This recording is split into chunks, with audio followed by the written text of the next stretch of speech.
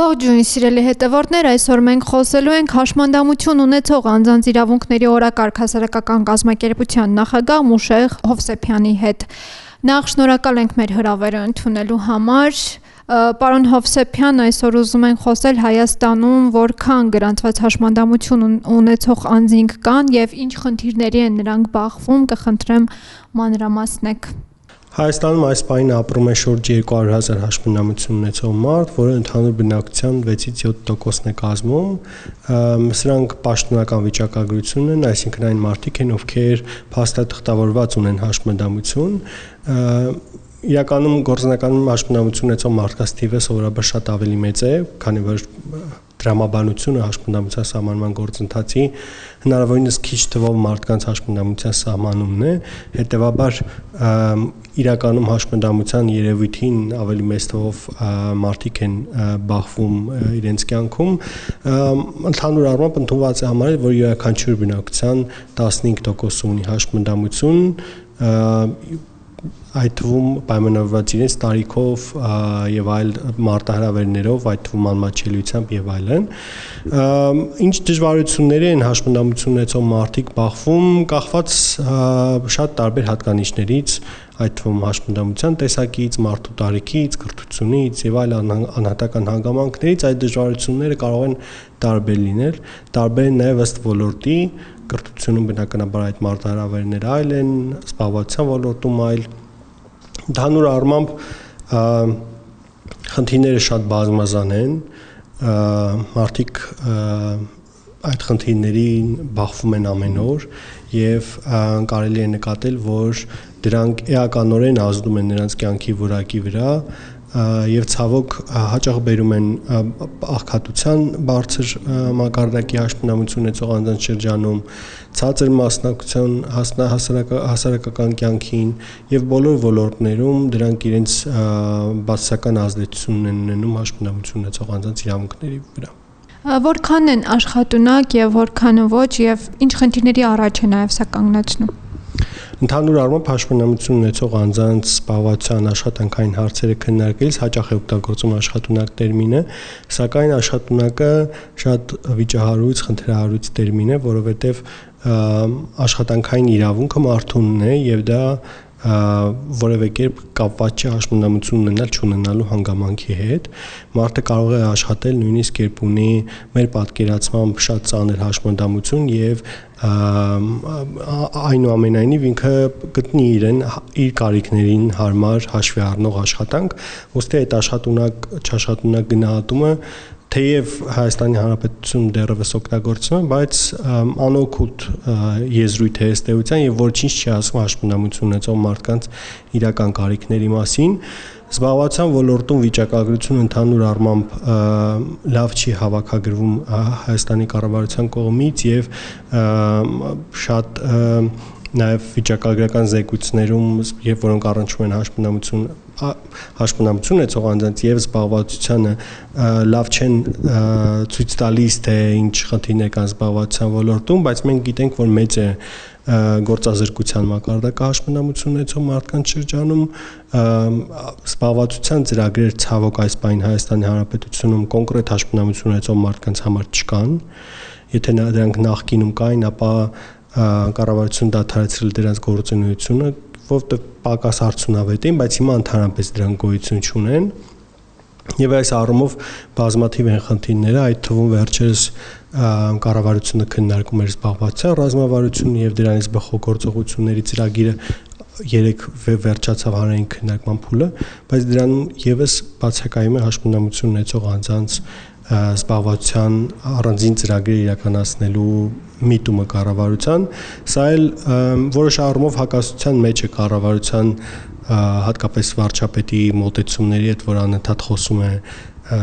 աշխատելու եւ աշխատանքով հարստանալու մասին, բայց գործնականում կառավարությունը ամբողջովին հակառակն է անում եւ որևէ կերպ չի աջակցում հաշմանդամություն ունեցող մարդկանց աշխատանք գտնել եւ աշխատել։ Ես կուզենայի նաև խոսենք, թե Երևանում ինչ իրավիճակ ունենք եւ մարզերում արդյոք կարողանում են ընդգրկվել հասարակության մեջ եւ իրացնել իրենց իրավունքները, ինչ իրավիճակ ունենք պետության հոգացության տեսանկյունից, այսինքն ընդհանրապես ոչ մի օգնություն չկա։ Երևանում եւ մարզային բնակավայրերում իրավիճակը շատ տարբեր կարող է լինել, կախված դա քաղաքային բնակավայր է, գյուղական բնակավայր է եւ այլն։ Իհարկե Երևանում կամ Երևանին մերձ տարածքներում բնակավայրերում շատ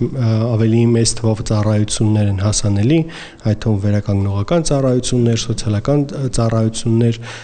եւ ընդհանուր ենթակառուցվածքներն են զարգացած, ինչը քիչ թե շատ նպաստում է մարդկանց մասնակցության, օրինակ տրանսպորտային համակարգերը, մինչդեռ օրինակ միջմարզային կամ ներհամայնքային տրանսպորտային ենթակառուցվածքները վատ զարգացած են եւ եթե նույնիսկ անմատչելի են, բայց միևնույն է հնարավորություն չեն տալիս մարդկանց նույնիսկ այդ անմատչելիության պայմաններում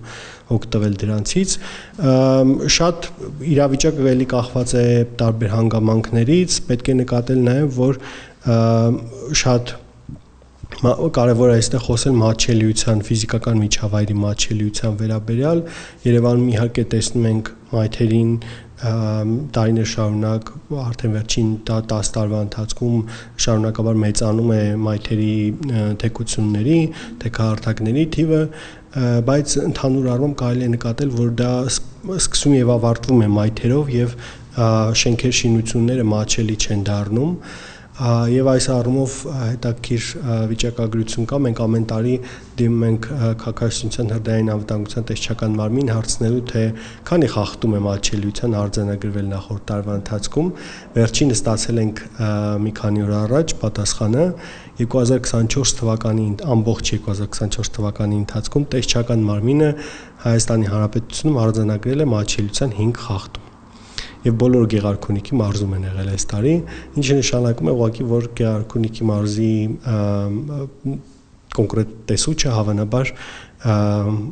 իմացել է ստանդարտների գոյության մասին եւ արձանագրել է այդ խախտումները։ Մինչդեռ Երևանում կամ որևէ այլ համայնքում մի քանի րոպե քայլելով կարող ենք տեսնել բազմաթիվ խախտումներ այդ նոր կառուցված շենքերի դեպքում։ Իրավունքները իրացնելու վերաբերյալ ինչ կասեք կապված հաշմանդամություն ունեցող անձանց հետ։ Իրավունքները ամրագրված են ինչպես սահմանադրությամբ, այնպես էլ հաշմանդամություն ունեցող անձանց իրավունքների մասին օրենքով, որը 2021 թվականին է ընդունվել ազգային ժողովի կողմից, սակայն բացակայում են մեխանիզմները, որով մարդը պիտի կարողանա պաշտպանել իր իրավունքները։ Ցավոք շատ չեն հնարավորություններ, օրինակ երբ մարդը խտրականության է հանդիպում աշխատանքի ընդունվելու գործընթացում եւ իրեն բացառապես իր հաշմանդամության հիմքով մերժում են, այսօրվա մեխանիզմները արդյունավետ որևէ գործիք չեն տալիս մարդուն, որ ինքը իմանա, որ այս մարմին դիմելով կկարողանա իր հարցին լուծումը ստանալ։ Այդ ընթացակարգերը, այդ մեխանիզմները, որով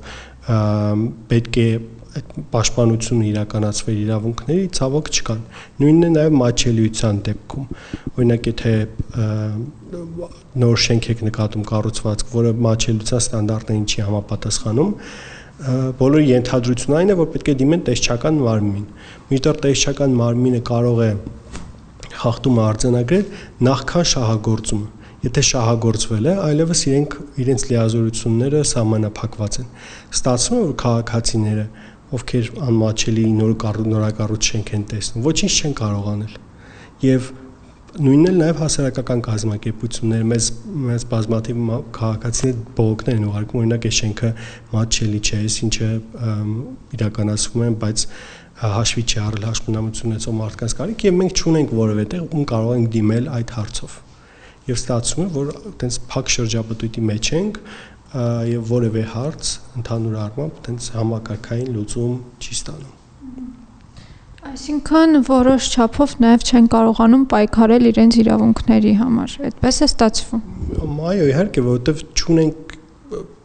իրավունքների պաշտպանությունը ենթադրում է ինչ-որ գործիք հակազմի, դու պետք է ունենաս մի գործիք, որով կարող ես աշխատացնել օրինակ գործադիր իշխանությանը, որպեսզի իրենք անեն այսինչ բանը։ Եթե հասարակական կազմակերպությունը, հաշմանդամություն ունեցող անհատը չունեն այդ գործիքը,